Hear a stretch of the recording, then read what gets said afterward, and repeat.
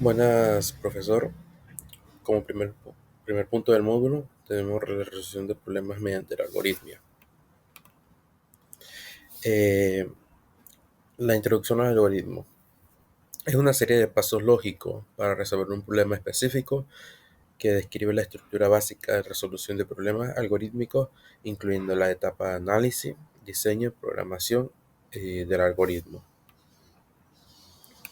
Luego tenemos el análisis de problemas, que es la primera etapa para resolver problemas algorítmicos. La primera etapa es comprender el problema a fondo. Esto incluye identificar los datos de entrada necesarios y los resultados esperados en cualquier condición o restricción. Es esencial para definir claramente el objetivo y los requisitos. Luego tenemos el diseño del algoritmo. Una vez analizando el problema, se crea un plan o algoritmo, que es una secuencia ordenada de pasos para llegar a la resolución. Aquí el objetivo es diseñar una solución lógica y estructurada que facilite el proceso de programación. Luego tenemos herramientas de diseño algorítmico. Para representar el algoritmo de manera clara se utilizan dos herramientas como son el diagrama de flujo y el pseudocódigo. El diagrama de flujo son representaciones gráficas que muestran el flujo de un proceso mediante el símbolo estándar, que son óvalos, rectángulos y rombos, que representan distintas acciones y decisiones y pasos. Y el pseudocódigo es un lenguaje intermedio entre el lenguaje natural y el código de programación que permite describir la lógica del algoritmo sin preocuparse de la sintaxis. Luego tenemos la implementación y programación. Con el diseño del algoritmo completo, el siguiente paso es convertirlo en un programa de lenguaje de programación específico. La precisión del diseño es facilitar esta fase haciendo el código más eficiente y fácil de depurar. Luego tenemos la implementación y por último tenemos la prueba y optimización. Después de implementar la solución, se realizan pruebas para asegurar que el programa funcione correctamente como se espera. Luego, a partir del proceso se pueden hacer ajustes o mejorar el rendimiento o corregir errores en código, o sea, otra cosa que hemos fallado en la prueba del código que hemos creado. Buenas, un gusto, profesor. Me corresponde el módulo 3, programación estructurada, por la estudiante Danecha Romaña.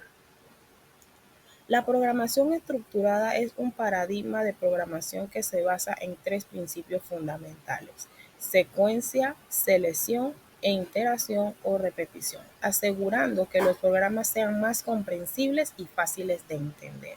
Un programa estructurado es fácil de leer y comprender, fácil de codificar en una amplia gama de lenguajes y en diferentes sistemas, fácil de mantener y eficiente aprovechando al máximo los recursos de la computadora.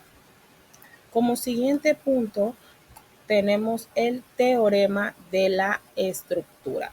El teorema de la estructura, formulado por Bohm en 1966, establece que cualquier algoritmo puede representarse mediante estructuras básicas, como mencioné anteriormente: secuencia, selección, iteración o repetición, que significa que todos los programas pueden construirse usando estos bloques sin la necesidad de otras estructuras de control.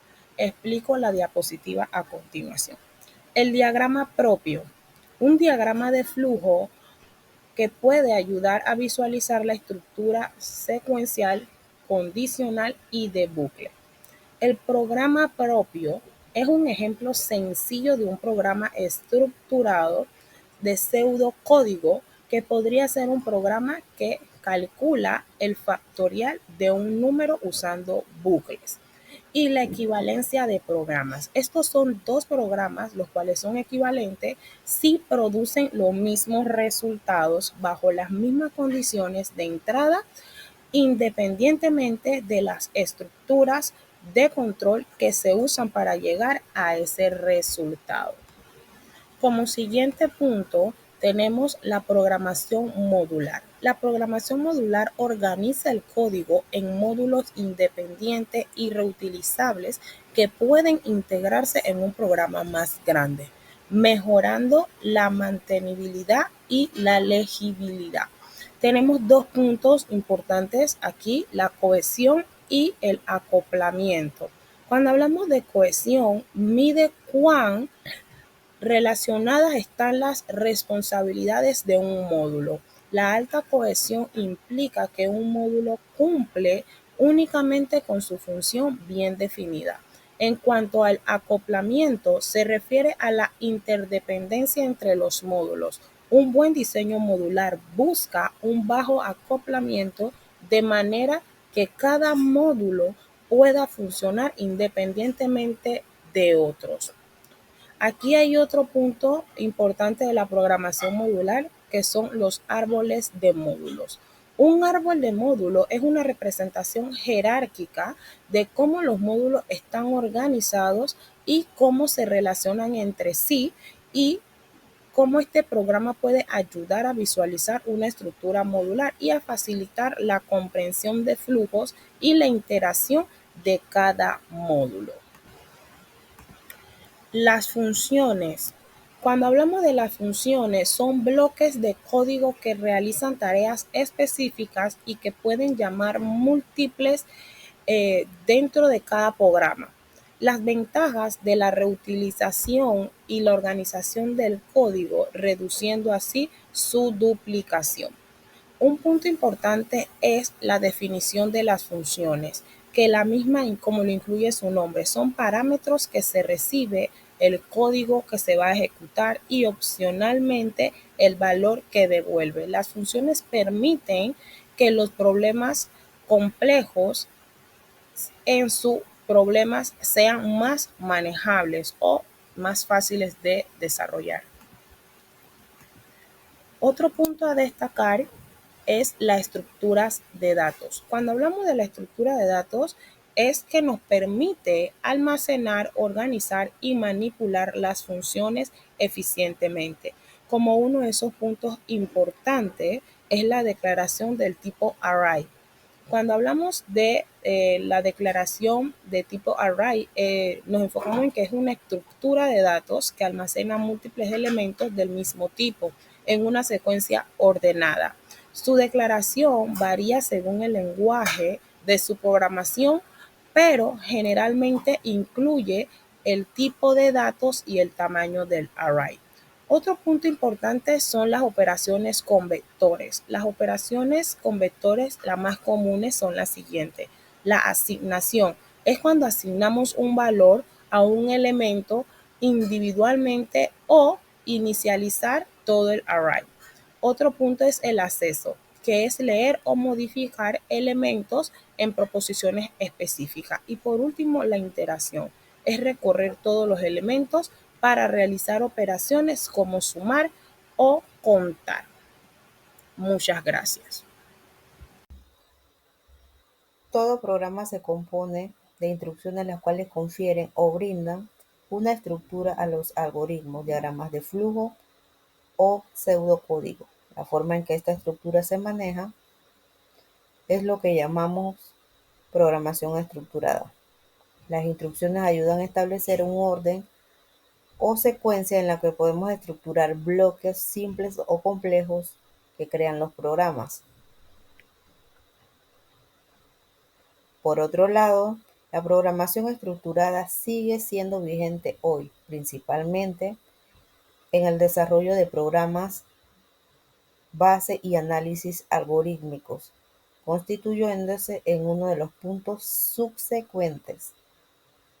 Se proyecta como un buen inicio al análisis y desarrollo de sistemas programables. Es también un estilo con el que se busca que el desarrollador confeccione programas simples o fáciles de entender.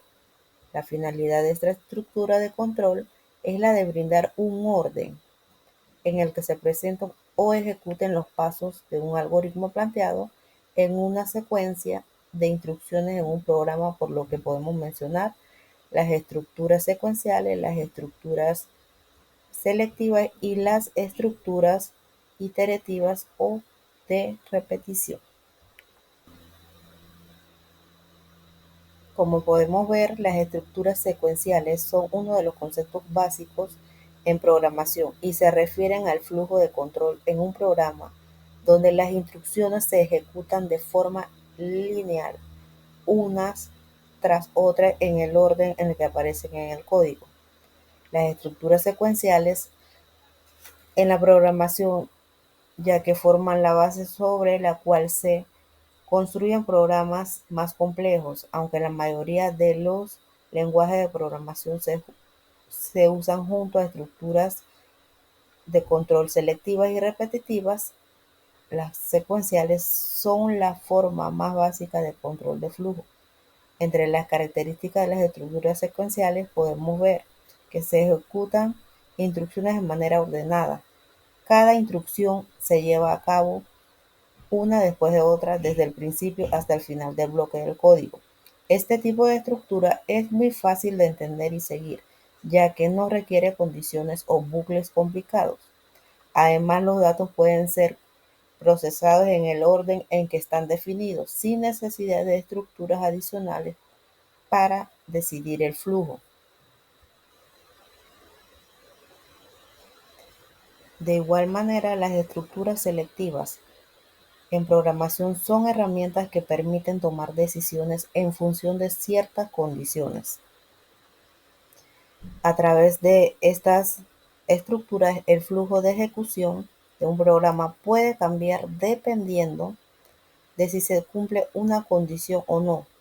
Esto hace que el programa sea más dinámico y capaz de responder a diferentes situaciones, ya que son fundamentales en la programación, permitiendo que el software reaccione ante diferentes entradas y situaciones, aumentando así la flexibilidad y la usabilidad del mismo. También podemos ver la estructura iterativa, que es también conocida como bucles de repetición, ya que son fundamentales en la programación, permitiendo ejecutar un bloque de código varias veces bajo condiciones. Esto es útil para automatizar tareas repetitivas, sin la necesidad de escribir el mismo código múltiples veces. Existen diferentes tipos de estructuras iterativas y cada una tiene sus características y usos. Podemos mencionar algunas ventajas de estas estructuras. Entre ellas está que permite ejecutar el mismo bloque de códigos múltiples varias veces sin repetir el código manualmente. Hacen que el código sea más claro y fácil de entender, especialmente en tareas repetitivas. Se pueden usar con distintas condiciones y sobre diferentes tipos de datos. En esta ocasión vamos a hablar sobre la evaluación de los algoritmos. Para esta oportunidad sobre los conceptos de complejidad algorítmica, que es una medida que nos indica cuán eficiente es un algoritmo al resolver un problema. En otras palabras, nos dice cuánto tiempo y cuánta memoria necesita un algoritmo para encontrar una solución, especialmente a medida que el tamaño del problema aumenta. Tenemos dos tipos de complejidad, la complejidad temporal y la complejidad espacial. Para la complejidad temporal tenemos que mide el tiempo que tarda el algoritmo en ejecutarse en función del tamaño de la entrada. Sin embargo, la complejidad espacial mide la cantidad de memoria que utiliza un algoritmo en función del tamaño de la entrada. Una mide el tiempo y la otra mide la cantidad. Ahora veamos la notación Big 0. Tenemos que la complejidad constante es aquella en donde el tiempo de ejecución no depende del tamaño de la entrada.